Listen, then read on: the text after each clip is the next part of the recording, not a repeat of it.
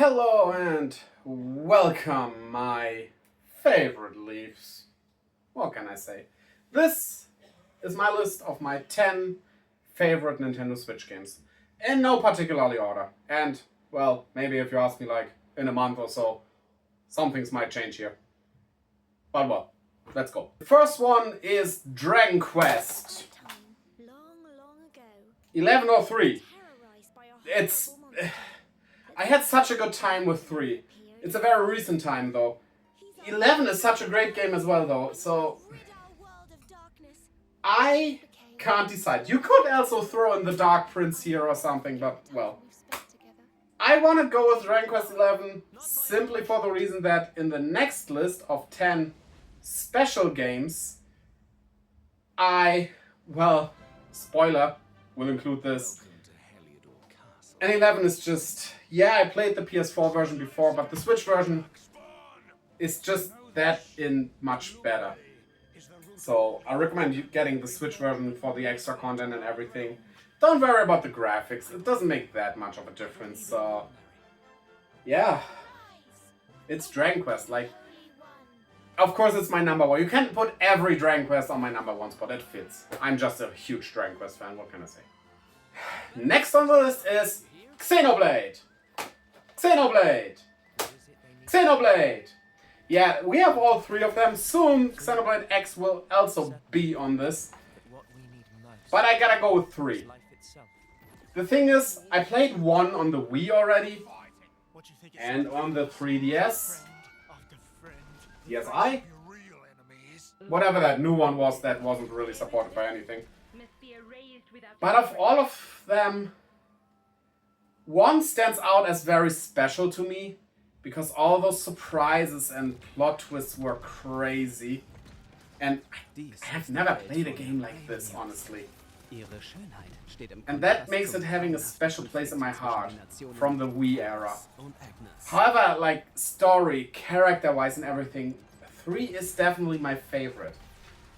It's a tough battle against 1 because, you know, it's not like a nostalgic feeling, but like, you expect surprises and plot twists at that point. But still, this game was so great. I enjoyed it so much. And 2 exists. Don't need to say anything. Breath of the Wild or Tears of the Kingdom. Yeah, Tears of the Kingdom is Breath of the Wild and better.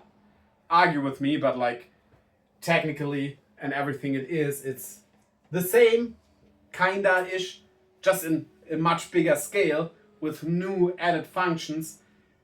Yeah, Tears of the King is just my favorite Zelda game, period. Remember when stuff for kids was all about blood and gore and death? Digimon Survive was crazy. Like, I guess it's old enough. Spoiler warning still, I guess, but like, the children die. And in one case, one dies very brutally. Like, oh, but this is not your child's Digimon. Like, well, when you think about it, the original season on season 2, 3... Okay, Digimon was always much darker. Was it ever for children? Who knows? But Digimon Survive was... Oh boy, this story. Oh, holy shit, was it good. Though I wouldn't play it again. Simply because once you played it fully, go through all the story branches, you really are done with the game. And it's not really much about replayability there, but hey, that's fine. You have a great time your first time through, so go for it.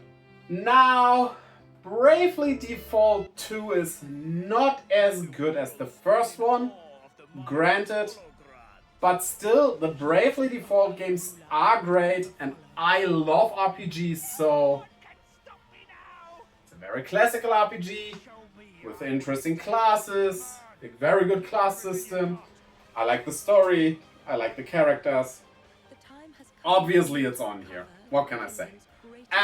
Yeah. I am Rief the Leaf, monster taming game fan. Of course Pokemon is on here. And yes, it is these two. I know a lot of people love Pokemon Legends Arceus and say it's the best Pokemon game ever. I do not agree. I think Pokemon Legends Arceus has a lot of problems. The gameplay gets very repetitive and boring, which, okay, I guess you can say it about these two. I, by the way, played Scarlet as my main. My wife played Violet. But, like, while the Pokédex missions were great in Legends, the idea was. The execution wasn't. Also, the story just stops. You catch Arceus, Arceus, and then nothing. It doesn't conclude. The story doesn't have a conclusion. What is wrong with that? Everything. But if you go to Scarlet and Violet, that story is... This is unexpected from a Pokemon game, what happens in the end. That was crazy. So yeah, these are great. Yeah, I know they aren't the most polished ones, but I never had any big errors like other people, and I'm still saying these people played on emulators because some of these errors don't make sense, honestly. I think a lot of these pictures are faked. This one I struggled a bit, because while I like jump'n'runs, and Super Mario Odyssey being a very good 3D jump'n'run, I'm mainly an RPG player, or stuff like Zelda action adventures, or yeah, stuff like that. Though this game, you know what? That final level where you start taking control of Bowser, and then the music plays. Oh gosh, that was such a wonderful moment. That was like, this extremely grand adventure of Mario is...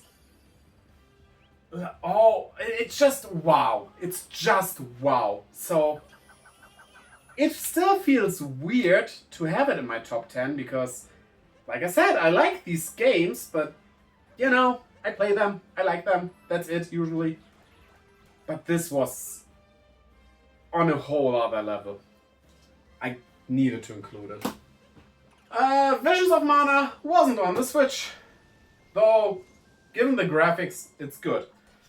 But we had Trials of Mana, and Secret of Mana was my first ever RPG. And thus, the Mana series is very special to me. And this is not only a remake of the original. This is the ultimate definitive version of that.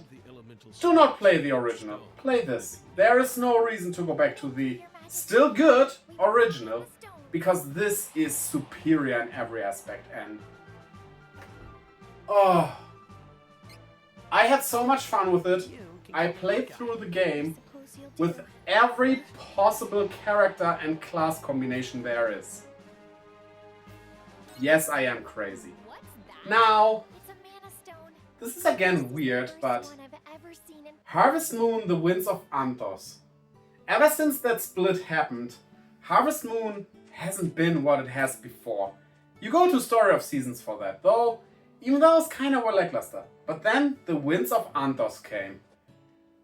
And I thought, well, this looked great, this open world thing, and what I found in this box was feeling like back in the day, the first Harvest Moon I played, which was the Super Nintendo one, which hasn't aged well, honestly, but it re-awoken that feeling. It's just like, the things you do in here, everything felt good.